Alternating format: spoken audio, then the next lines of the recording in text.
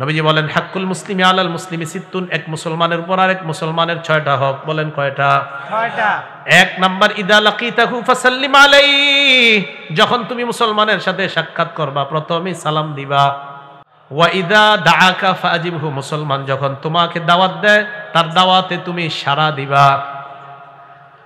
এর মানে যে কোনো দাওয়াতে আপনি যাবেন এমনটা না, যেই দাওয়াতে গেলে আপনার ঈমান হরণ হওয়ার আশঙ্কা আছে ওই দাওয়াতে যাওয়া যাবে না। যেখানে গেলে আপনি জানেন নিশ্চিত নাচ হবে, গান হবে, সেখানে যাওয়ার পর আরো কিছু হতে পারে। 3 নাম্বার ওয়াইদাস্তান সাহাকাফান সাহলা, কোন মুসলমান যখন তোমার কাছে কল্যাণ কামনা করে তার কল্যাণ কামনা করা। মুসলমান আপনার কাছে যদি পরামর্শ চায় ভালো পরামর্শ দেওয়া। আইছে ভাই আমি ব্যবসা করবো, আপনি তো বড় ব্যবসায়ী, আমার একটু পরামর্শ দেন। আপনি চিন্তা করলেন আমারও কাপড় ব্যবসা, ও কাপড় ব্যবসা দিতে চায় না, ওরে কিছু পরামর্শ দেই যাতে এই বাজার থেকে 1 সপ্তাহের মধ্যে ভাগে। সূরা আরাফের 60, 61, 62, সূরা আরাফের 66, 67, 68, সূরা আরাফের 79, সূরা আরাফের 93 নাম্বার আয়াত। 4 নবীর ব্যাপারে আল্লাহ বলেছেন। সূরা আরাফের 60, 61, 62-তে আল্লাহ নূহ আলাইহিস সালাতু ওয়াস সালামের সম্পর্কে বলে, নূহ নবীর জাতি নূহ নবীরে কয় ইন্না লানারাকা ফি দালালিম মুবিন, নূহ আমরা তোমাকে স্পষ্ট পথভ্রষ্টতার মধ্যে দেখতে পাচ্ছি। চিন্তা করছেন উম্মত নবীরে বলে মিথ্যাবাদী মনে করে। হুদ আলাইহিস সালাম জবাব দেয় ইয়া কওমি লাইসা বি সাফাহা, আমার মাঝে নির্বুদ্ধিতা নাই, ওয়ালাকিন্নী রাসূলুম মির রাব্বিল আলামিন, আমি বিশ্ব জগতের রবের পক্ষ থেকে রাসূল। উবাল্লিগুকুম রিসালাতি রব্বি, আমি আমার রবের দায়িত্ব পৌঁছিয়ে দেই। ওয়া আনা লাকুম নাসিহুন আমিন, আমি তোমাদের বিশ্বস্ত কল্যাণকামী। নবীজির সাথে ঘটে যাওয়া একটা ঘটনা আমাদেরকে শোনান।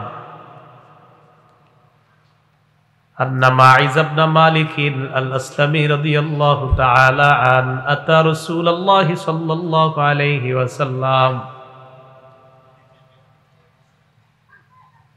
معاذ بن مالك الأسلمي رضي الله تعالى عنه আল্লাহ রাসূল সাল্লাল্লাহু আলাইহি ওয়াসাল্লামের কাছে আগমন করলেন। মাইজ ইবনে মালিক বলে ইয়া রাসূলুল্লাহ ইন্নী যালামতু নাফসি অথবা লাকাদ যালামতু নাফসি জানাইতু। ইয়া রাসূলুল্লাহ আমি নিজের উপর জুলুম করেছি, আমি ব্যভিচার করেছি, আমি জিনা করেছি, নাউযুবিল্লাহ।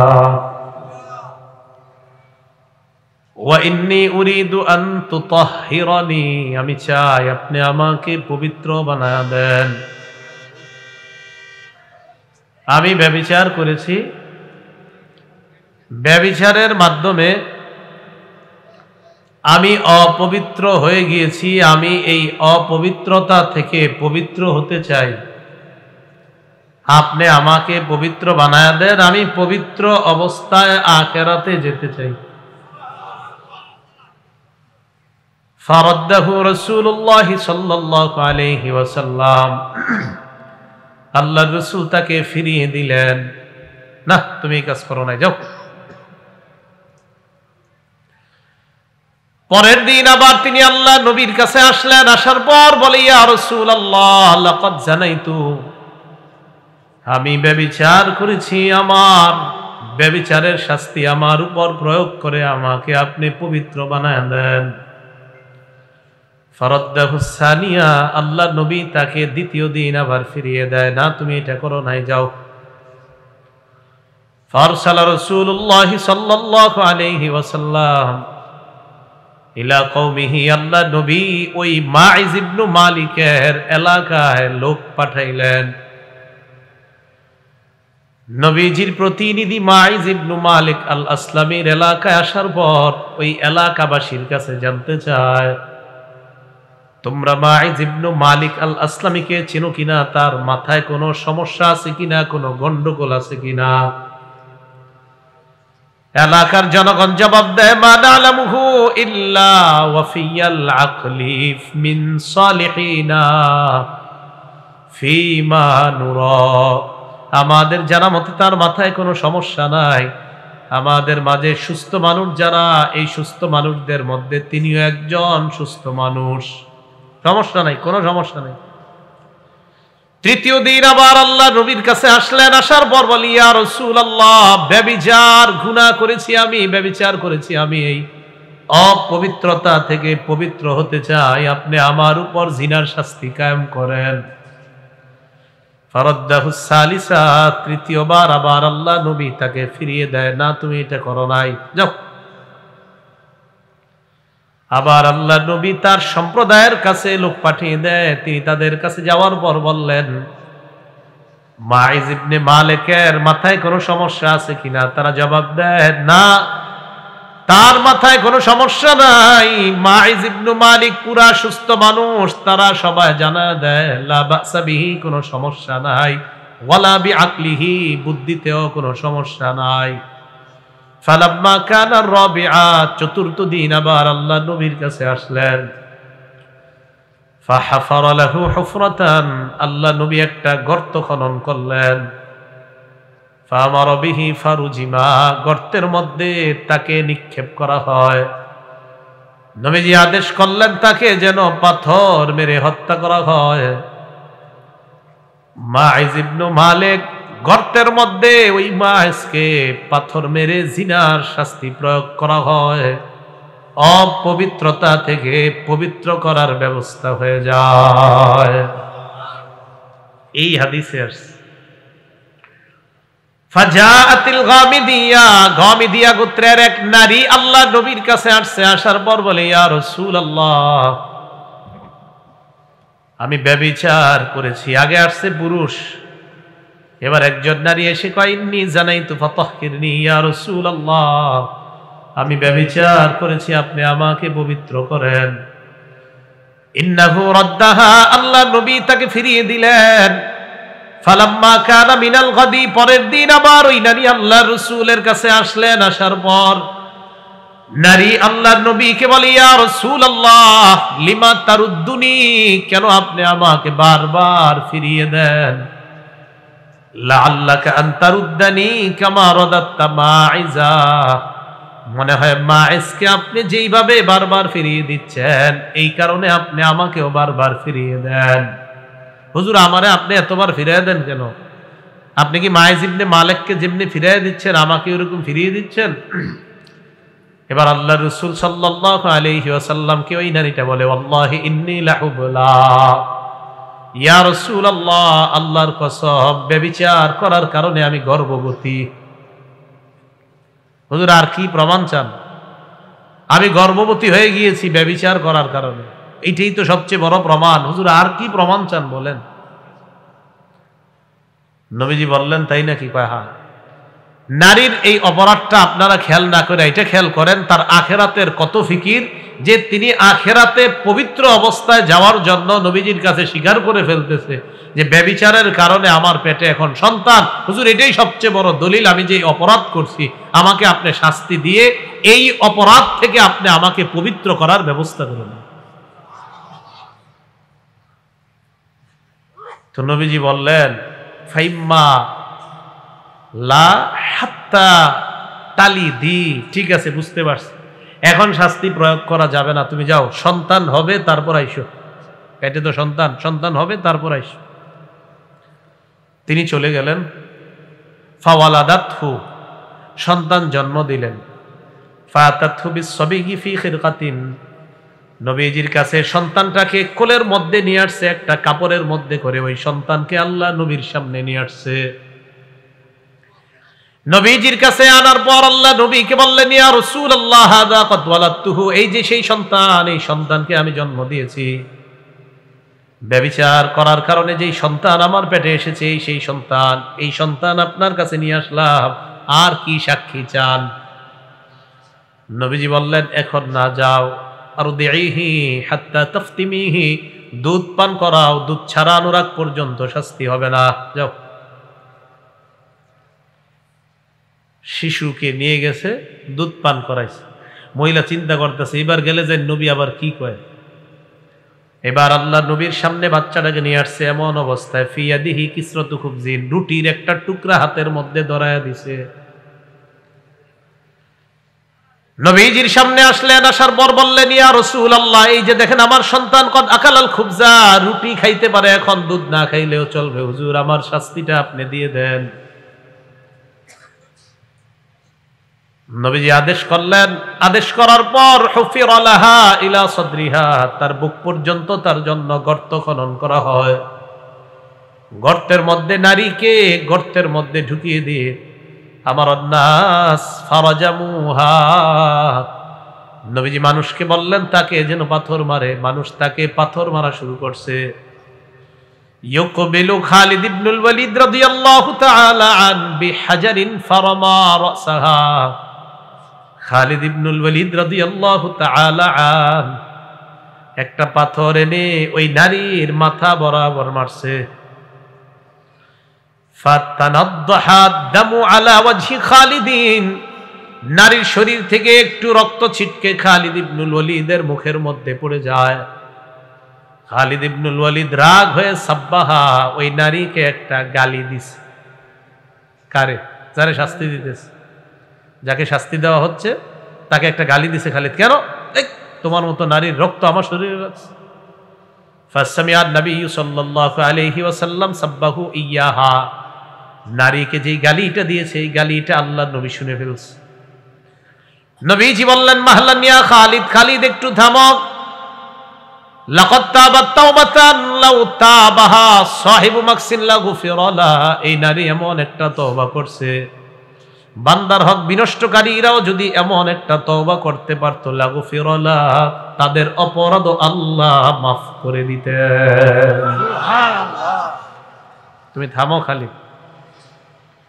তাহলে ওই নারী আর মায়েজ ইবনে মালিক, তাদের দুইজনের আখিরাতের এত বেশি ফিকির ছিল, যার কারণে নবীজির কাছে এসে বলতেছে, আমাদেরকে পবিত্র করেন, আমরা ব্যভিচার করেছি, আমাদেরকে আপনি শাস্তি দিয়ে পবিত্র করার ব্যবস্থা করেন। এটা হলো আখিরাতের ফিকির। আল্লাহ আমাদের সকলকে আখিরাত মুখী হওয়ার তৌফিক দান করেন, আমিন। তো এটাই আল্লাহ বলছেন, ওয়াসিকাল্লাযীনা ইত্তাকাউ রাব্বাহুম ইলাল জান্নাতি যুমারা, যারা তাদের রবকে ভয় করেছে, তাকওয়া অবলম্বন করেছে, তাদেরকে টানতে টানতে দলে দলে কিয়ামতের ময়দানে তাদেরকে জান্নাতের দিকে নেওয়া হবে। হজের ভাষণে আল্লাহ রাসূল দাঁড়াইলেন, দাঁড়িয়ে সাহাবাদের উদ্দেশ্যে একটা ভাষণ দিলেন।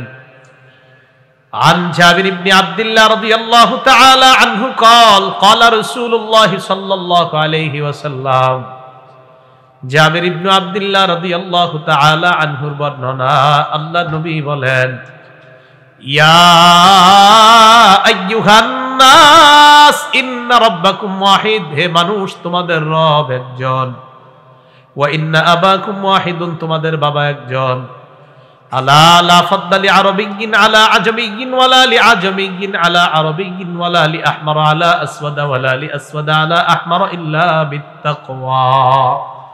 নবীজি বলেন, শোনো, আরবের উপর অনারবের, অনারবের উপর আরবের, সাদার উপর কালো, কালো মানুষের উপর সাদা বা লাল মানুষের কোনো শ্রেষ্ঠত্ব নাই, তবে তাকওয়ার মাধ্যমে একটা মানুষ আল্লাহর কাছে মর্যাদাবান হয়ে যায়। আল্লাহ বলেন, ইন্না আকরামাকুম ইনদাল্লাহি আতকাকুম, তোমাদের মধ্যে আল্লাহর কাছে সবচেয়ে সম্মানিত এই ব্যক্তিটা, যে ব্যক্তিটা আল্লাহকে সবচাইতে বেশি ভয় পায়। আরবের কোন মানুষ, সেটা অনারবের হোক, আরবের হোক, সেটা কালো মানুষ হোক, সাদা মানুষ হোক, লাল মানুষ হোক, এতে আল্লাহর কাছে কোনো মর্যাদা হয় না। তিনি কি আরবের না অনারবের, তিনি কি কালো নাকি তিনি সাদা, না। নবী বলেন, যার তাকওয়া হবে সে কালো হোক আর সাদা হোক, সে আরবের হোক আর অনারবের হোক, সে টাকাওয়ালা হোক টাকা ছাড়া হোক, তাকওয়া আছে তো আল্লাহর কাছে সবচেয়ে সম্মানিত হবে। এটা আল্লাহ বললেন, ওয়াসিকাল্লাযীনা তাকাউ রাব্বাহুম, যারা তাদের রবকে ভয় করে তাদেরকে আল্লাহ ফেরেশতারা টানতে টানতে জান্নাতের দিকে নিয়ে যাবে। তো জান্নাতের সামনে নিয়ে যাবে কাদেরকে? যারা তাকওয়া অবলম্বন করে। তাকওয়া থাকে কই বলেন? কলবে। তাকওয়া কই থাকে বলেন? কলবে। আল্লাহ, মুসলিম শরীফের 2564 নাম্বার হাদিসের বর্ণনা, 2564, মোট হাদিস সংখ্যা হবে 3033টা। ক্বালা রাসূলুল্লাহ সাল্লাল্লাহু আলাইহি ওয়াসাল্লাম, নবীজি বলেন, লা তাহাসাদু, তোমরা পরস্পর হিংসা করবা না। ওয়ালা তানাজাসু, তোমরা পরস্পর ধোঁকাবাজি করবা না। ওয়ালা তাবাগজু, পরস্পর বিদ্বেষ পোষণ করবা না। ওয়ালা তাদাবারু, একে অপরের ক্ষতি করার জন্য আড়ালে শত্রুতা করবা না। সামনাসামনি দেখা হইলে চা খাওয়া হয়, পিছনে পিছনে তারে বাস দিতে চায়, আছে না নাই? সামনে চা খাওয়ায়, পিছনে পিছনে তার ক্ষতি করতে চায়। বাস দিতে, এই শব্দটা ঠিক হয় না আমার বলা, এই শব্দটা আমি উঠাই নিচ্ছি। বাস দেওয়া শব্দ এগুলা ভালো শব্দ না।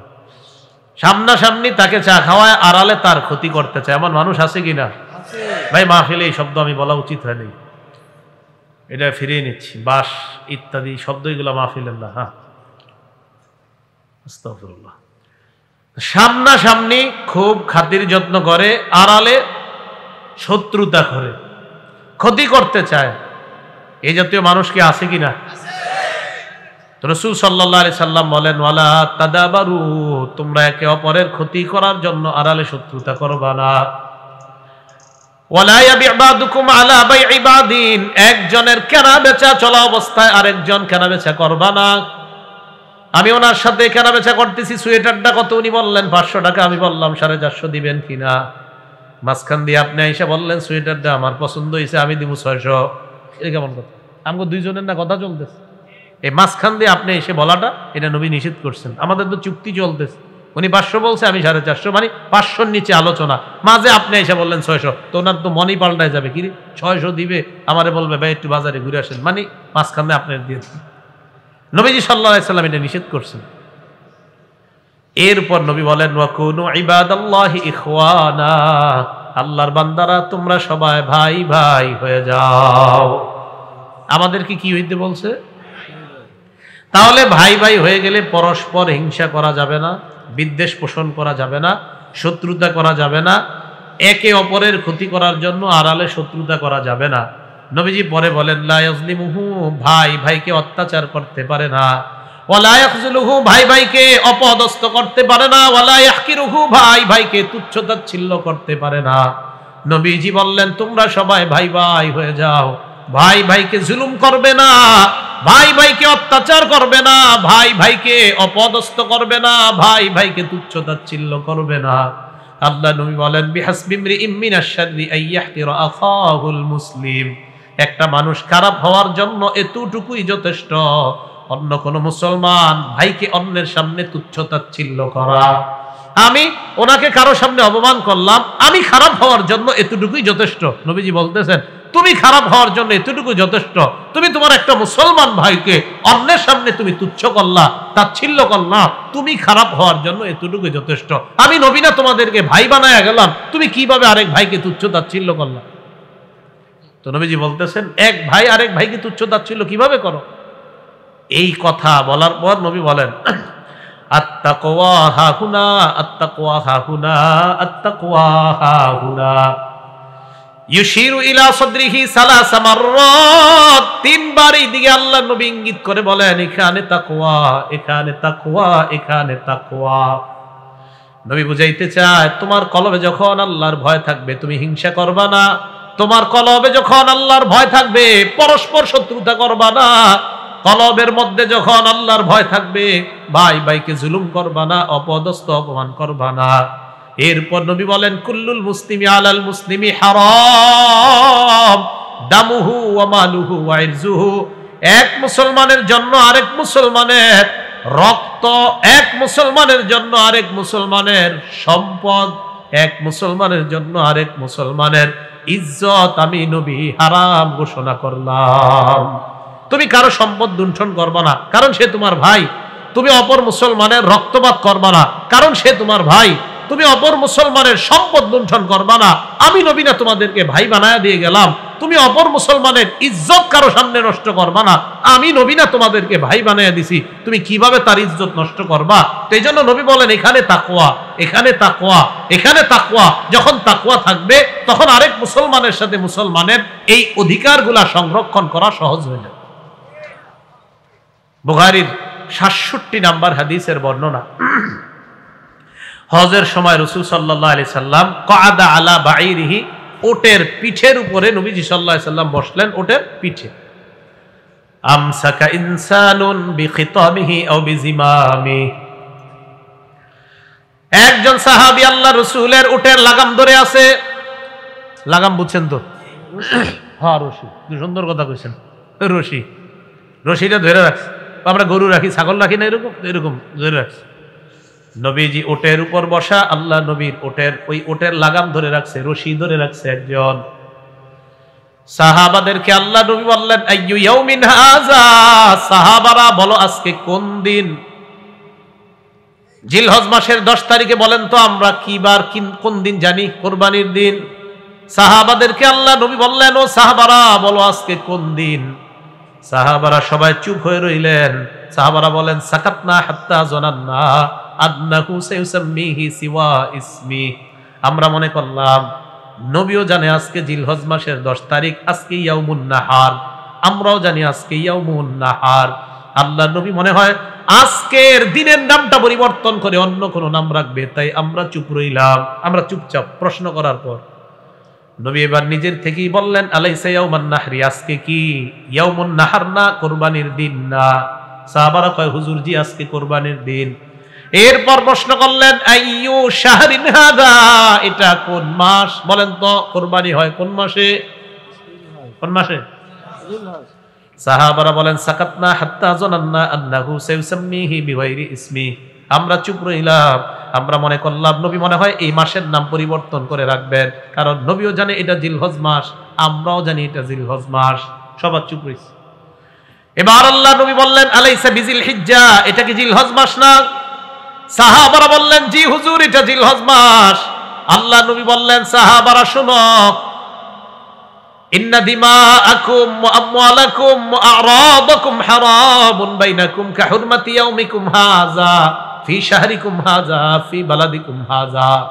আল্লাহ নবী বলেন, যেমনি ভাবে এই মক্কা সম্মানিত, জিলহজ মাস সম্মানিত, আজকে জিলহজের দিন যেমন সম্মানিত, তেমনি ভাবে আমি নবী তোমাদের জন্য এক মুসলমানের রক্ত অপর মুসলমানের কাছে, এক মুসলমানের সম্পদ অপর মুসলমানের কাছে, এক মুসলমানের ইজ্জত আর এক মুসলমানের কাছে এই মক্কার সম্মানের মতো আমি সম্মানিত বলে ঘোষণা করলাম।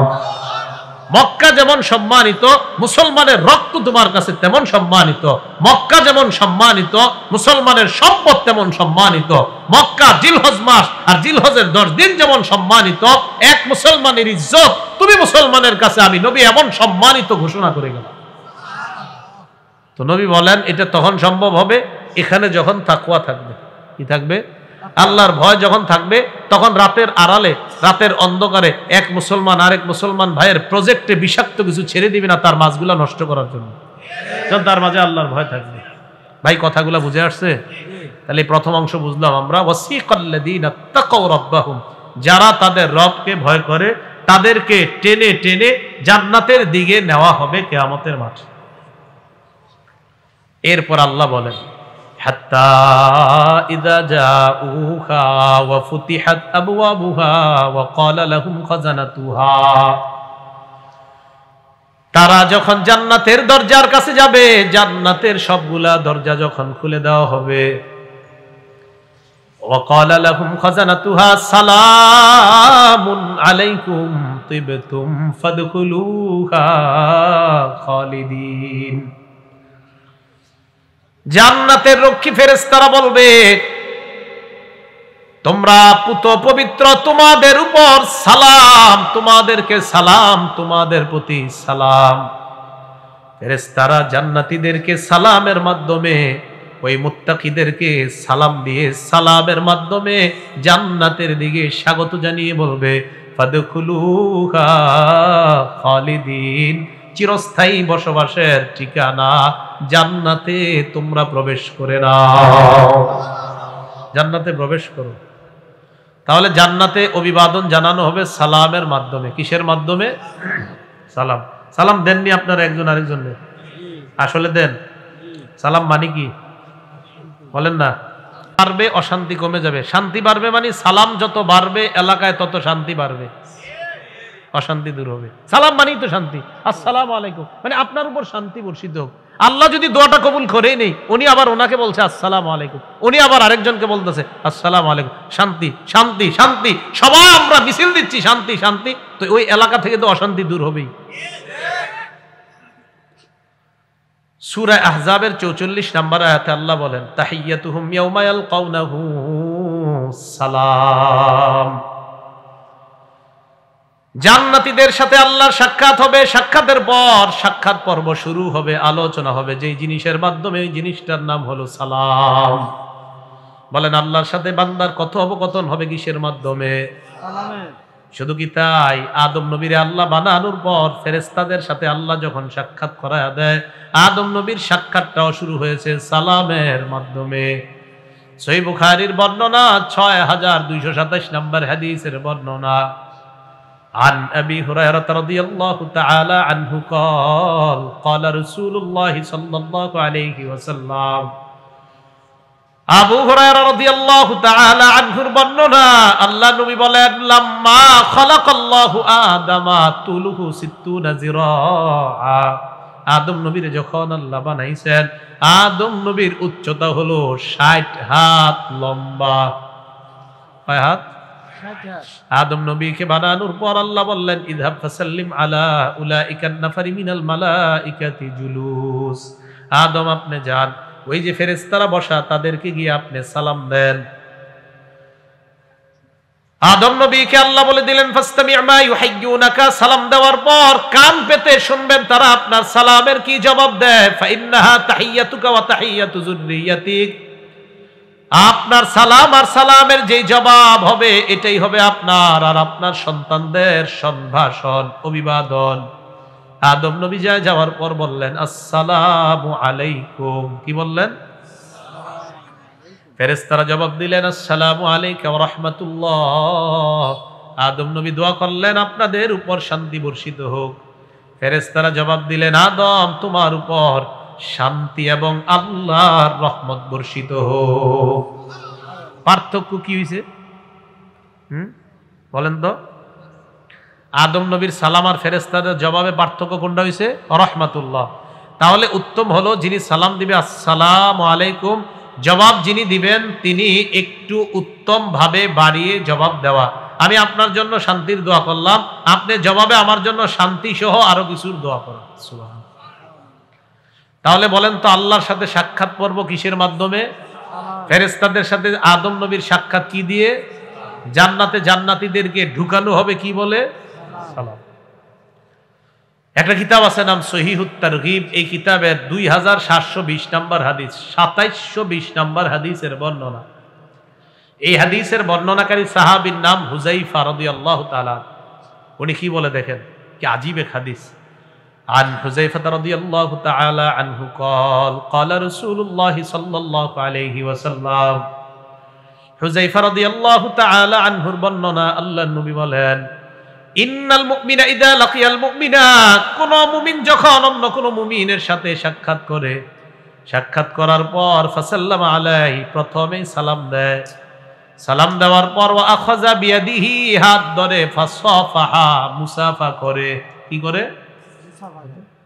মুসাফা করে। এই দেখেন, এক মুসলমান আরেক মুসলমানের সাথে দেখা হইলো, সালাম দিল, হাত ধরলো, মুসাফা করলো। দুজন ধরেন তো আপনারা, দেখেন এটার ফায়দা কি কইতেছে। এইভাবে যখন মুসাফা করবেন, তানাসারত খতায়াহুমা কামা ইয়াতানাসারু ওয়ারাকুশ শাজার। নবীজি বলেন, কোন মুসলমান অন্য কোন মুমিনের সাথে দেখা হওয়ার পর, সাক্ষাতের পর সালাম দিবে, দেওয়ার পর হাত ধরবে, মুসাফা করবে, গাছের পাতা যেমন ঝরে পড়ে যায়, তাদের দুইজনের গুনাহগুলা তেমন ঝরে পড়ে যায়। কিসের মতো গুনাহ ঝরে পড়ে? গাছের পাতার মতো। বুখারীর বর্ণনা 12 নম্বর হাদিস। এক ব্যক্তি নবীজির কাছে আসছে, আসার পর বললেন, আন্না রাজুলান সাআলা নবী সাল্লাল্লাহু আলাইহি ওয়াসাল্লাম আইয়ুল ইসলামি খায়রুন ইয়া রাসূলুল্লাহ। ইসলামের কোন রীতিনীতি উত্তম আপনার কাছে জানতে চাই। নবীজি বললেন, তুতিমুত তাআম ওয়া তাকরাউস সালাম আলা মান আরাফতা ওয়া মান লাম তারিফ। এক নাম্বার তুমি অন্যকে খাবার খাওয়াও, 2 নাম্বার যাকে চিনো না তাকে তুমি সালাম দাও। তোমার এই 2টা কাজ ইসলামের শ্রেষ্ঠ রীতিনীতির অন্তর্ভুক্ত হয়ে যায়।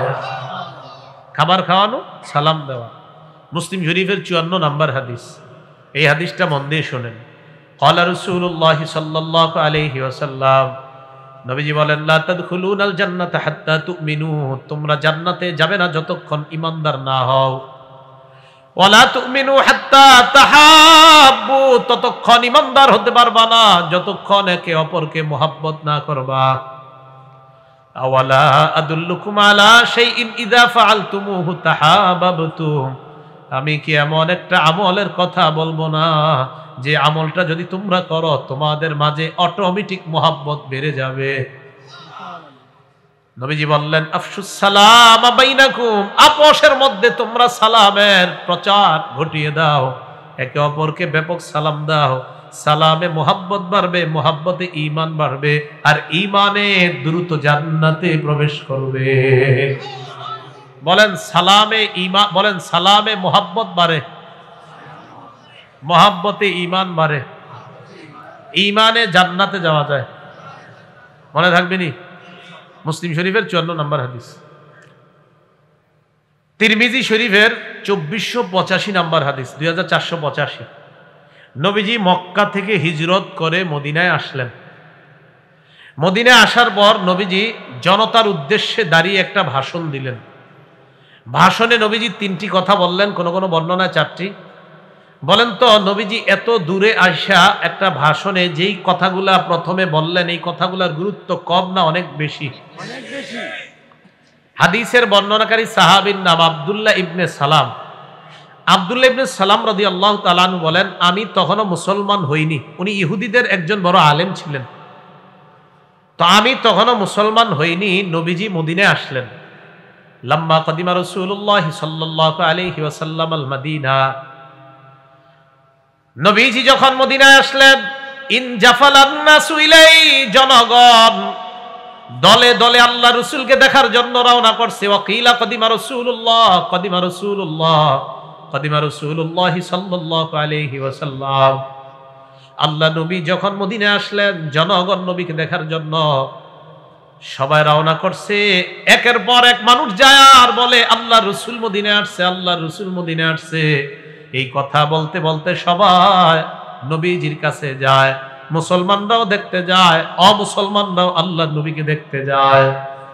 দেখি কেমন মদিনায় আসছে নবী, উনি কেমন একটু দেখতে যাই, এরকম দেখতে গেছে। আব্দুল্লাহ ইবনে সালাম বলেন, ফাজিতু ফিন্নাস লিআনজুরা ইলাই, আমিও গেলাম মানুষের সাথে তাকে দেখার জন্য, দেখি দেখতে কেমন। আব্দুল্লাহ ইবনে সালাম বলেন, আমি যখন মানুষের মাঝে দাঁড়িয়ে আল্লাহ নবীর দিকে দেখলাম, ফালাম্মা ইস্তাবানতু ওয়াজহা রাসূলিল্লাহি সাল্লাল্লাহু আলাইহি ওয়াসাল্লাম, আমি যখন তার চেহারা মুবারকটার দিকে প্রথম তাকাইলাম, তাকানোর পর আরাফতু আন্না ওয়াজহাহু লাইসা বিওয়াজহিন কাজ্জাব, চেহারাটা দেখেই বুঝে ফেললাম এটা কোনো মিথ্যাবাদীর চেহারা হতে পারে না। আমি চেহারাটা দেখেই বুঝছি, কারণ তিনি তো অন্য ধর্মের আলেম, তিনি তখনও মুসলমান না। তিনি বলেন, ওনার চেহারাটা দেখেই বুঝছি এটা কোনো মিথ্যাবাদীর চেহারা হতেই পারে না। কাফেররা নবীকে মিথ্যাবাদী বলছে, গণক বলছে, জাদুকর বলছে, তো উনি দেখে বলতেছে না, অসম্ভব, হতেই পারে না, উনি এমন মানুষ।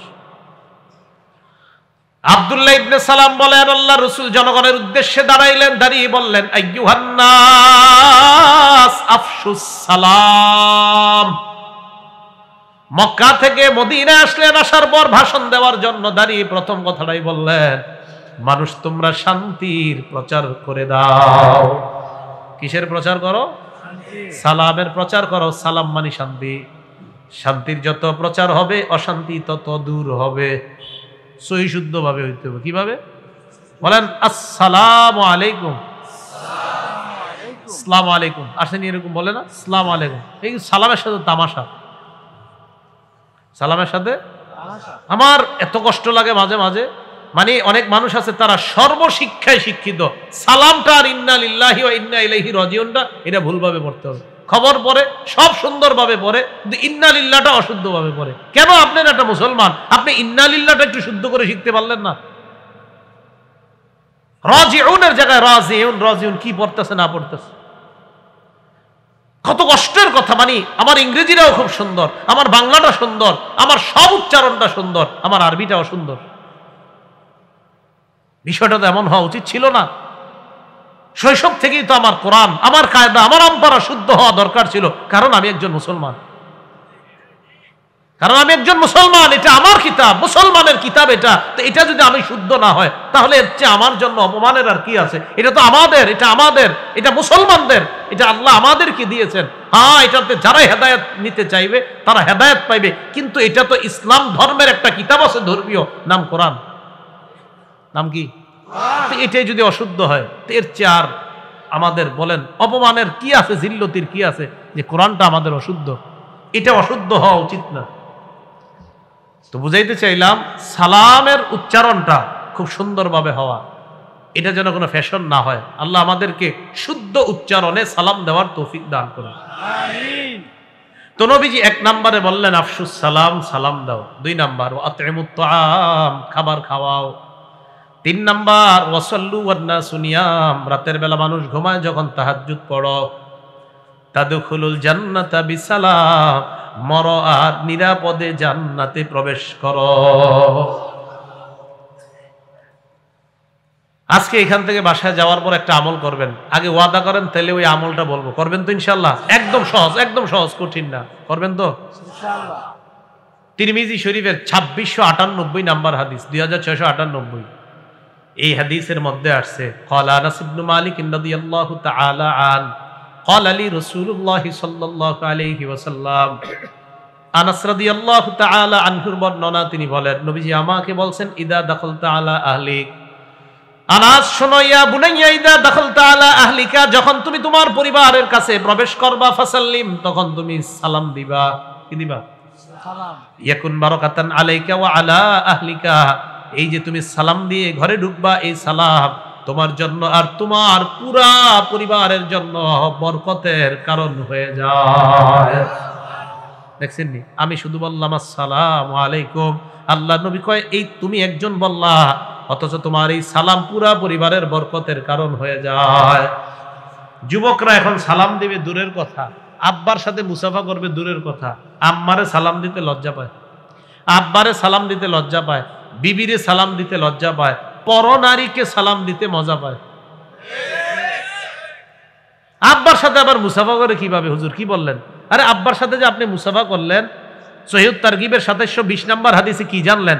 আপনি আপনার আব্বার সাথে আসসালামু আলাইকুম বলে মুসাফা করার অর্থ হলো বাপ ছেলে দুজনের গুনাহগুলা গাছের পাতার মতো ঝরে পড়ে গেছে। কোন ছেলে যদি তার বাবাকে সালাম দিতে লজ্জা পায়, এর অর্থ হলো ওই ছেলে এতে লজ্জিত তার বাবার উপর শান্তি হোক। সালাম মানে কি? আরে সালাম মানে কি? তো এক ছেলে তার আব্বাকে সালাম দিতে লজ্জা পাওয়ার অর্থ হলো সে খুবই লজ্জিত, তার বাবার শান্তি হোক। মাকে সালাম দিতে লজ্জা পাওয়ার অর্থ হলো হুজুর আমি খুব লজ্জিত, আমার আম্মার উপর শান্তি হোক, এটাতে আমি খুব লজ্জিত। স্ত্রীকে সালাম দিতে লজ্জা পাওয়ার অর্থ হলো হুজুর আমার বিবির উপর শান্তি বর্ষিত হোক, একে আমি খুবই লজ্জিত। তা আপনি তো লজ্জিতই। আপনার যদি লজ্জা লাগে আব্বারে সালাম দিতে, তার সালাম মানি তো শান্তি। আপনার আব্বাকে সালাম দিতে লজ্জা পাওয়ার অর্থ হলো আপনার আব্বার উপর শান্তি হোক, এতে আপনি লজ্জিত। ঠিকের আওয়াজ আস্তে হওয়ার কারণ তো আমি জানি। তাহলে বলেন বাবার শান্তি চান? আর সবাই চান? আব্বারে সালাম দিবেন, আম্মারে সালাম দিবেন, বিবিরে সালাম দিবেন, ভাইকে সালাম দিবেন, বোনকে সালাম দিবেন। আরে এদেরকে সালাম দেওয়ার অর্থ হলো আপনি তাদের জন্য শান্তি চাওয়া। কয় হুজুর বিয়ে করছি 15 বছর, স্বামী স্ত্রীর মাঝে সুখ নাই, 15 বছরে একদিন সালাম দিছেননি দুইজনরে? না দেই নাই। আরে সালাম দেন না একজন আরেকজনকে, তো শয়তান তো অশান্তি লাগায় রাখবে। সালাম দেন স্বামী স্ত্রীকে, দুইজনকে, শান্তির ঝর্ণা বয়ে যাবে। সালাম দেন দুইজন, সালাম দেন। সালাম আসসালামু আলাইকুম, বিবিরে বললেন শান্তি হোক। বিবি যাওয়ার সময় বলতেছে আসসালামু আলাইকুম। ইবলিস টেনশনে পড়ে যায় যে আমাকে ঝগড়া লাগামু কিভাবে। এরা যে পরিমাণ শান্তির দোয়া করতেছে, অশান্তির সুযোগ এখানে হবে না। সালাম দেন, বিবিরে সালাম দেন। আল্লাহ আমল করার তৌফিক দান করেন। আবু দাউদ শরীফের 5197 নাম্বার হাদিসের বর্ণনা, আবু উমামা রাদিয়াল্লাহু তাআলা আনহু বলেন, আন আবি উমামা রাদিয়াল্লাহু তাআলা আনহু قال قال رسول الله صلى الله عليه وسلم আবু উমামা রাদিয়াল্লাহু তাআলা আনহুর বর্ণনা, আল্লাহর নবী বলেন, ইন্না আউলান নাস বিল্লাহ মান বাদাহুম বিসসালাম। নবীজি বলেন, মানুষের মাঝে ওই মানুষটা আল্লাহর তত নিকটবর্তী হয়ে যায় যে মানুষটা মানুষকে আগে সালাম দেয়। এই এলাকার যে ব্যক্তি আগে সালাম দেওয়ার অভ্যাস, নবী বলেন ওই মানুষটা আল্লাহর তত নিকটবর্তী চলে যায়। যেই মানুষ আগে সালাম দেয় ওই মানুষটা আল্লাহর সবচাইতে নিকটবর্তী হয়ে যায়। আবু দাউদ শরীফের 5195 নম্বর হাদিসের বর্ণনা, عن عمران بن حسين رضي الله تعالى عنه قال جاء رجل إلى رسول الله صلى الله عليه وسلم। এক ব্যক্তি আল্লাহর নবীর কাছে আসলেন, আসার পর আল্লাহর নবীকে বললেন, আসসালামু আলাইকুম। কি বলছে? সালাম। বাস এটুকু বলছে। ফারাদ্দা আলাইহিস সালাম, নবী তার সালামের জবাব নিলেন। সুম্মা জালাসা, সালামের জবাব নেওয়ার পর লোকটা বসে যায়। নবী বললেন, আশারুন, তার আমলনামায় 10 নেকি। আবার আরেকটা লোক আসলেন, আসার পর বললেন, আসসালামু আলাইকুম ওয়া রাহমাতুল্লাহ। ফারাদ্দা আলাইহিস সালাম, নবী তার সালামের জবাব নিলেন, লোকটা বসে যায়। এবার নবী বললেন, 20 নেকি। আসসালামু আলাইকুম 10, আসসালামু আলাইকুম ওয়া রাহমাতুল্লাহ 20। আবার আরেকজন আসলেন, আসার পর বললেন, আসসালামু আলাইকুম ওয়া রাহমাতুল্লাহি ওয়া বারাকাতুহু। নবী সালামের জবাব নিলেন, তিনি বসে যায়। আল্লাহ নবী বললেন, সালাসুনা, 30। কত? 30। আবু দাউদ শরীফের 5196 নম্বর হাদিসের বর্ণনা, এক ব্যক্তি আল্লাহ নবীকে এসে বললেন, আসসালামু আলাইকুম ওয়া রাহমাতুল্লাহি ওয়া বারাকাতুহু ওয়া মাগফিরাতুহু। নবী বললেন, 40। কত বললেন? এই 40 পর্যন্তই পাওয়া যায়। তাহলে একজন আরেকজনকে কি সালাম দিব? দিব তো ইনশাআল্লাহ। সালাম দিবেন কিনা দেখেন, একটা হাদিস শোনেন। এই হাদিস শোনার পর আপনারা চিন্তা করবেন সালাম দিবেন কিনা। বুখারীর 3820 নম্বর হাদিসের বর্ণনা, 3820 নম্বর হাদিসের বর্ণনা, নবীজির সাথে জিবরিল আলাইহিস সালাম কথা বলতেছে। তো জিবরিল আমিন কথা বলার এক পর্যায়ে বলতেছে, ইয়া রাসূলুল্লাহ, হাযিহি খাদিজা আতাতকা। হুজুর, আপনার বিবি খাদিজা আসতেছে। সুবহানাল্লাহ। জিবরিল আমিন নবীজিরে বলতেছে, হুজুর, আপনার বিবি খাদিজা আসতেছে। মাআহা ইনাউন, খাদিজার সাথে একটা পাত্র আছে, একটা বাটি আছে, খানা নিয়ে আসতেছে। ফিহি ইদামুন আও তাআমুন আও শারাব, বাটির মধ্যে হয়তো তরকারি, হয়তো খাবার, না হয় পানি আছে।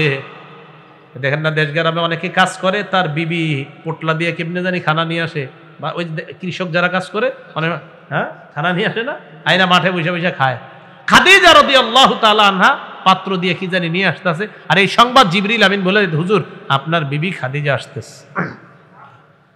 এখন জিবরিল আমিন কয়, হুজুর, খাদিজা যখন আপনার কাছে আসবে, ফাইদা হিয়া আতাতকা, খাদিজা যখন আপনার কাছে আসবে, ফাকরা আলাইহা সালাম মির রাব্বিহা ওয়া মিন্নি। খাদিজা আপনার কাছে আসার পর খাদিজাকে আপনি জানায়া দিবেন, খাদিজার রবের পক্ষ থেকে আর আমি জিবরিল আমিনের পক্ষ থেকে খাদিজাকে সালাম। আল্লাহ খাদিজারে কি দিছে? তাহলে আল্লাহ একজন দুনিয়ার নবী না, নবীর একজন উম্মতকে, আল্লাহ নবীর একজন উম্মতকে সালাম দিলেন। তাহলে সালামের গুরুত্বটা কি কম না অনেক বেশি? আল্লাহ একটা মানুষকে সালাম দিছে। খাদিজা রাদিয়াল্লাহু তাআলা আনহাকে সালাম দিছে। সহিহ বুখারী, তিরমিজি শরীফের 3882 নম্বর হাদিস, 3882। এই হাদিসে আসছে আম্মাজান আয়েশা সিদ্দিকার সাথে নবীজি আছেন। তো আম্মাজান আয়েশাকে বললেন, আয়েশা, ইন্না জিবরিলা ইয়াকরাউ আলাইকিস সালাম। আয়েশা, জিবরিল তোমারে সালাম দিছে। আম্মাজান আয়েশা কয়, হুজুর, জিবরিল আমারে বলছে সালাম, আপনি জিবরিলরে জানায়া দেন। ওয়া আলাইহিস সালাম ওয়া রাহমাতুল্লাহ। জিবরিল আমার জন্য শান্তির দোয়া করছে, আমি জিবরিল আমিনকে সালামের জবাব দিলাম। আল্লাহ যেন তার উপর শান্তি এবং রহমত বর্ষিত করে। হুজুর, আমি ডাবল দোয়া করে দিছি, জানায়া দেন। জিবরিল শুধু শান্তির দোয়া করছে, আমি শান্তি আর রহমতের দোয়া ডাবল দোয়া করছি। দেখছেন নি, ফেরেশতা আর মানুষের দোয়া আদান প্রদান হয় সালাম দিয়ে। না দিয়েন না সালাম, দিবেন নি ইনশাআল্লাহ। আল্লাহ তৌফিক দান করেন, আমিন। এবার মুসলিম শরীফের একটা হাদিস শুনেন, 2162 নম্বর হাদিস। ক্বালা রাসূলুল্লাহ সাল্লাল্লাহু আলাইহি ওয়াসাল্লাম, নবীজি বলেন হাক্কুল মুসলিমি আলাল মুসলিমি সিত্তুন, এক মুসলমানের উপর আরেক মুসলমানের 6টা হক। বলেন কয়টা? 6টা।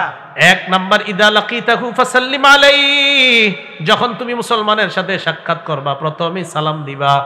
কি দিবা? সালাম। তাহলে মুসলিম শরীফের হাদিস থেকে জানলাম সালাম দেওয়া। উনি যে আমার সালামের জবাব দিবে এটা কই আছে? সালাম দেওয়া আছে মুসলিম শরীফের হাদিস, তো ওনারা যে আমি সালাম দিলে উনি জবাব দিবে এটা কই আছে? বুখারীর 1240 নম্বর হাদিসে আছে। সুবহানাল্লাহ। মুসলিমে আছে সালাম দেওয়া, আর বুখারীর 1240 নম্বর হাদিসে আছে রদ্দুস সালাম, সালামের জবাব দেওয়া। তাহলে মুসলিম শরীফের হাদিস থেকে জানলাম মুসলমান মুসলমানের হক সালাম দেওয়া, বুখারীর হাদিস থেকে জানলাম মুসলমান মুসলমানের হক সালাম দিলে জবাব দেওয়া। মনে থাকবে নি? তাহলে 1 নাম্বার দেখা হইলে সালাম দিবা। 2 নাম্বার ওয়াইদা দাআকা ফাজিবহু, মুসলমান যখন তোমাকে দাওয়াত দেয় তার দাওয়াতে তুমি সাড়া দিবা। এর মানে যে কোনো দাওয়াতে আপনি যাবেন এমনটা না যে দাওয়াতে গেলে আপনার ঈমান হরণ হওয়ার আশঙ্কা আছে ওই দাওয়াতে যাওয়া যাবে না। যেখানে গেলে আপনি জানেন নিশ্চিত নাচ হবে, গান হবে, সেখানে যাওয়ার পর আরো কিছু হতে পারে, এই সব জায়গায় যাওয়া যাবে না। তাহলে দাওয়াত দেওয়া গ্রহণ করা এটা মুসলমানের হক, তবে বুঝে শুনে। 3 নাম্বার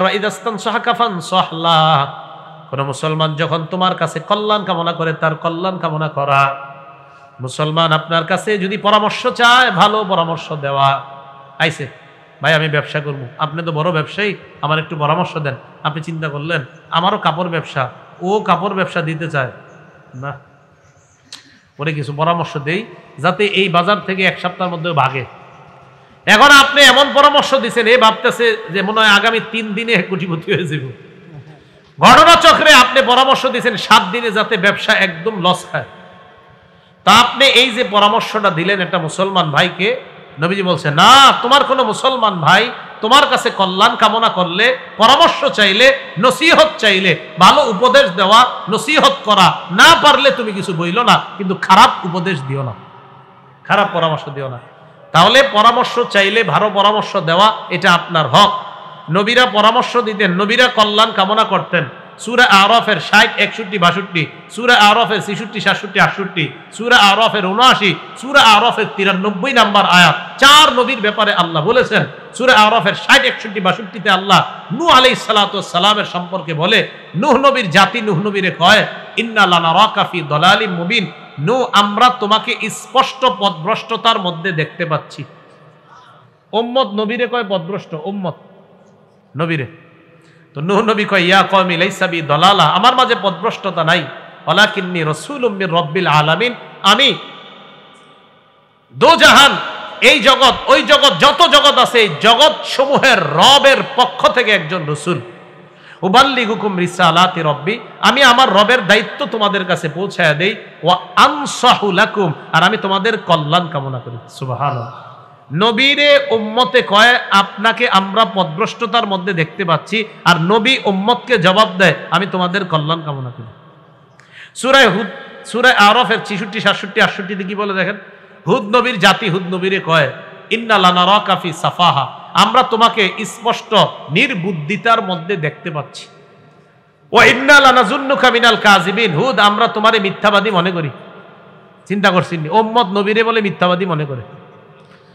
হুদ আলাইহিস সালাম জবাব দেয় ইয়া কওমি লাইসা বি সাফাহা, আমার মাঝে নির্বুদ্ধিতা নাই, ওয়ালাকিন্নী রাসূলুম মির রাব্বিল আলামিন, আমি বিশ্ব জগতের রবের পক্ষ থেকে রাসূল। উবাল্লিগুকুম রিসালাতি রব্বি, আমি আমার রবের দায়িত্ব পৌঁছিয়ে দেই। ওয়া আনা লাকুম নাসিহুন আমিন, আমি তোমাদের বিশ্বস্ত কল্যাণকামী।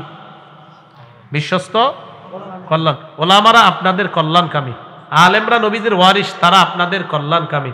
আল্লাহ আমাদের সকলকে কল্যাণ কামনা করার তৌফিক দান করেন। একটা বাংলা আমার সাথে বলেন, আমরা সারা পৃথিবীর সকল মুসলমানের কল্যাণ কামনা করি। সহিহ বুখারী 57 নম্বর হাদিস, জারির ইবনে আব্দুল্লাহ বলেন বায়াতু রাসূলুল্লাহি সাল্লাল্লাহু আলাইহি ওয়াসাল্লাম আলা ইকামিস সালাতি ওয়া ইতাইজ যাকাতি ওয়ান নুসহি লিকুল্লি মুসলিম। জারির ইবনে আব্দুল্লাহ বলেন আমি আল্লাহ নবীর কাছে বায়াত হলাম এই মর্মে, আমি নামাজ আদায় করব, যাকাত আদায় করব, আমি নামাজ প্রতিষ্ঠিত করব, যাকাত আদায় করব, আর সকল মুসলমানের কল্যাণ কামনা করব। তাহলে সকল মুসলমানের কল্যাণ কামনা করা। 4 নাম্বার মুসলমান মুসলমানের হক, ওয়া ইযা আতাসা ফাহমিদাল্লাহ, মুসলমান হাঁচি দিয়ে যখন বলবে আলহামদুলিল্লাহ, কি বলবে? ফাশাম্মিতহু, আপনি তখন জবাব দিবেন ইয়ারহামুকাল্লাহ। হাঁচি দিতে পারেননি? দেন তো। আরে হিচ্ছু, এটাকে আন্দাজে দেওয়া যায়? এটা আসতে হয়। আপনি কেমনে দিবেন? হাঁচি দিলে আলহামদুলিল্লাহ বলা। এখন একটু শিখেন, হাঁচি যিনি দিবে তার 3 কাজ। বলেন হাঁচি দাতার কয় কাজ? আবু দাউদ শরীফের 5029 নম্বর হাদিসে আছে, কানা রাসূলুল্লাহ সাল্লাল্লাহু আলাইহি ওয়াসাল্লাম ইদা আতাসা, নবী যখন হাঁচি দিতেন, ওয়াদা ইয়াদাহু আও সাওবাহু আলা ফি, নবী তার হাত অথবা কাপড় মুখের উপর রাখতেন। তাহলে হাঁচি আসলে 1 নাম্বার কাজ হাত অথবা কাপড় মুখের উপর রাখা। 2 নাম্বার খাফাদা, আওয়াজটা হালকা করে হাঁচি দেওয়া। এখন দেখেন আমার নবীর সুন্নতের কি আজীব কারামতি, আজীব বৈশিষ্ট্য, আজীব মুজিজা। আমার নবীর যদি সুন্নতটা পালন করেন, এই হাঁচি আসলে আপনি মুখে হাত রাখলেন, দেখেন মুখে হাত রাখলে আওয়াজ কি হয় না হালকা হয়? নবীজির সুন্নত পালন করে মুখে হাত রাখলে হাঁচির আওয়াজ অটোমেটিক হালকা হয়ে যায়। তাহলে 1 নাম্বার মুখে হাত দেওয়া বা কাপড় দিয়ে চেপে ধরা, 2 নাম্বার হাঁচিটা আস্তে দেওয়া। আর হাঁচি আস্তে দেওয়ার অনেকগুলো উপকারিতা। পাশের ব্যক্তি ঘুমায় আছে, আপনার জোরে হাঁচিতে অনেক ঘুমান্ত ব্যক্তি উঠা যায়, তাহলে আপনি এই জন্য হাঁচি আস্তে দেওয়া। 3 আলহামদুলিল্লাহ পড়া, আর যিনি শুনবে তিনি আপনার জন্য দোয়া করা। এ হলো 4 নাম্বার হক। 5 নাম্বার হকে টাকা পয়সা খরচ হবে, আদায় করবেন। বেশি খরচ হবে না, হালকা আদায় করবেন। ওয়াইদা মারিদা ফাউদহু, কোন মুসলমান অসুস্থ হইলে তাকে দেখতে যাওয়া। নবী টাকা পয়সা খরচের কথা বলে নাই, কিন্তু সাধারণত একটা মুসলমান অসুস্থ হইলে, যদি অসুস্থ হয়, একটু ফল টল যদি নিয়ে যান, মালটা, কমলা, আঙ্গুর ইত্যাদি নিয়ে গেলে খুশি হয়, তাকে দেখতে যাওয়া। তো যদিও একটু টাকা পয়সা খরচ করে আপনি দেখতে যান, 3টা হাদিস বলবো, বলার পর চিন্তা করেন যে টাকা পয়সার দাম না হাদিসগুলোর দাম বেশি। এবার হাদিস 3টা শুনেন। মুসলিম শরীফের 2562 নাম্বার হাদিসের বর্ণনা। এই এলাকার নাম কি? মজিদপুর। পাশের এলাকার নাম কি? শাহাবিদ্দি।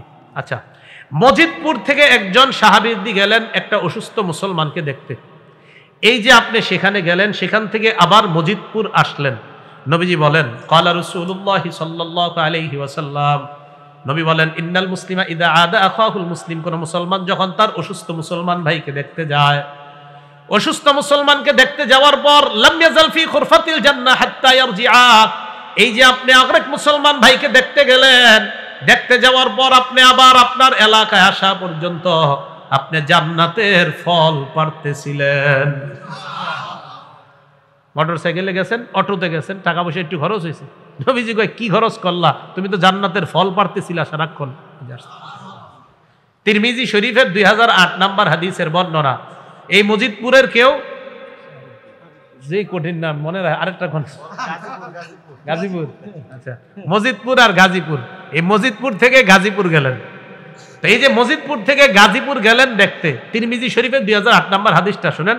নবীজি বলেন, মান আদা মারিদন, কোন মুসলমান যখন তার অসুস্থ মুসলমান ভাইকে দেখতে যায় আল্লাহকে খুশি করার জন্য, একজন ফেরেশতা তাকে রাস্তায় ডাক দিয়ে 3টা কথা বলে, সুবহানাল্লাহ। নাদাহু মুনাদিন, ফেরেশতা একজন ডাক দিয়ে 1 নাম্বার তাকে কয়, তিবতা, এই বান্দা তুমি কল্যাণময় হয়ে গেছো, তুমি পুত পবিত্র হয়ে গেছো। অসুস্থ ব্যক্তিরে না যে দেখতে গেছে, যে দেখতে গেছে তাকে। 2 নাম্বার, ওয়া তাবা মামশাক, এই যে মজিদপুর থেকে গাজীপুর আসলা, এই আশাটা তোমার কল্যাণময়। 3 নাম্বার, অথবা ওয়াতা মিনাল জান্নাতি নুজুলা, তুমি তোমার মুসলমান ভাইকে দেখে আসলা, জান্নাতের মধ্যে একটা ঘর বানায় ফেলছো। তাহলে জান্নাতে একটা ঘর তৈরি হয়ে যায় আপনি আপনার মুসলমান ভাইকে দেখতে গেলে। তিরমিজি শরীফের আরেকটা হাদিস না শুনলে তো এটার ফলাফলটা বুঝবেনই না। 969 মানে কি? 969 হাদিস নাম্বার 969। কত হয়? 969 না? এই তো, হ্যাঁ, 2 পাশে 2টা 9, মাঝে একটা 6, 969, যাতে মনে রাখতে পারেন। ক্বালা রাসূলুল্লাহ সাল্লাল্লাহু আলাইহি ওয়াসাল্লাম, নবীজি বলেন, মা মিন মুসলিমিন ইয়াউদু মুসলিমান, কোন মুসলমান যখন কোন মুসলমান অসুস্থ মুসলমানকে দেখতে যায়, গুদওয়াতান, সকালবেলা যদি দেখতে যায়, ইল্লা সাল্লা আলাইহি ৭০,০০০ মালাকিন হাত্তা ইউমসিয়া, সন্ধ্যা পর্যন্ত আপনার জন্য ৭০,০০০ ফেরেশতা দোয়া করে। সন্ধ্যাবেলা দেখতে যান, ইল্লা সাল্লা আলাইহি ৭০,০০০ মালাকিন হাত্তা ইউসবিহা, পরের দিন সকাল পর্যন্ত ৭০,০০০ ফেরেশতা আপনার জন্য দোয়া করবে। নবীজি বলেন, শুধু তাই নয়, ওই বান্দার জন্য একটা ফলের বাগান জান্নাতে তৈরি হয়ে যায়। তাহলে অসুস্থ মানুষ মুসলমানকে দেখতে যাবেন তো? এটা হলো 5 নাম্বার হক। 6 নাম্বার, ওয়া ইযা মাতা ফাত্তাবিহু, কোন মুসলমান মারা গেলে তাকে দেখতে যাবেন, মানে তার জানাজায় যাবেন। জানাজায় যাওয়ার পর আপনি তার লাশটার সাথে থাকবেন, ওই লাশের জানাজায় যাবেন, জানাজা পড়ার পর এরপর কবর পর্যন্ত যাবেন, যাওয়ার পর বাসায় আসবেন। যদি এই 2টা কাজ করতে পারেন, 1 নাম্বার জানাজা, 2 নাম্বার কবর পর্যন্ত গেলেন, যাওয়ার পরের পর আসলেন, কয় কাজ? 2 কাজ। 1 নাম্বার জানাজা, 2 নাম্বার দাফন। 1 নাম্বার জানাজা, 2 নাম্বার দাফন। বুখারীর বর্ণনা, 47 নাম্বার হাদিসের বর্ণনা, মানিত্তাবা জানাজাতা মুসলিমিন ঈমানাও ওয়া ইহতিসাবা, কোন মুসলমান যখন কোন মুসলমানের জানাজায় যায় ঈমানের সাথে আর সওয়াবের আশায়, ওয়া কানা মাহু হাত্তা ইউসাল্লা আলাইহা ওয়া ইয়াফরুগা মিন দাফনিহা, 1 নাম্বার জানাজায় অংশগ্রহণ করে, 2 নাম্বার দাফন কাজে অংশগ্রহণ করার পর আসে বাসায় আইসা আপনার বিবিকে বলবেন, কি বলবেন? ফাইন্নাহু ইয়ারজিউ মিনাল আজরি বিকিরাতাইন কুল্লু কিরাতিন মিসলু জাবালি উহুদ। বিবির আয়েশা বলবেন, বিবি আমার, আমি 2 উহুদ পাহাড় সমপরিমাণ সওয়াব নিয়ে বাসায় আসছি। সুবহানাল্লাহ। কারো জানাজায় যাবেন আর লাশ দাফন পর্যন্ত অংশগ্রহণ করবেন, সহিহ বুখারী 47 নম্বর হাদিসে নবী বলেন 2টা উহুদ পাহাড় সমপরিমাণ সওয়াব নিয়ে বাসায় আসবেন। এখন কথা হলো আপনার ব্যস্ততা, আপনি জানাজায় যেতে পারবেন, কবর পর্যন্ত যেতে পারবেন না, হয় না এরকম? শুধু জানাজা পড়ে চলে আসলেন। নবীজি বলেন যদি কেউ শুধু জানাজা পড়েও চলে আসে, তার আমল নামায় 1 উহুদ সমপরিমাণ সওয়াব আল্লাহ দান করবে। মনে থাকবেনি কথাগুলা? তাহলে যে তাকওয়া অবলম্বন করবে তাকে জান্নাতের দিকে টেনে নেওয়া হবে, সালামের মাধ্যমে অভিবাদন জানানো হবে। তাকওয়া আর সালাম 2টি বিষয় আমরা জানলাম। আমাদের সকলকে যেন আল্লাহ মুত্তাকি বানিয়ে দেয়, সালামের যেন ব্যাপক প্রচার প্রসার, আর মুসলমানের যে 6টা হক, এই হকগুলো আদায় করে কবরে আমরা যেতে পারি, জান্নাতে যেমন আবার আপনাদের সাথে আমি সাক্ষাৎ করতে পারি। আল্লাহ তৌফিক দান করেন। আমিন ওয়া আখিরু দাওয়ানা আনিল হামদুলিল্লাহি রাব্বিল আলামিন।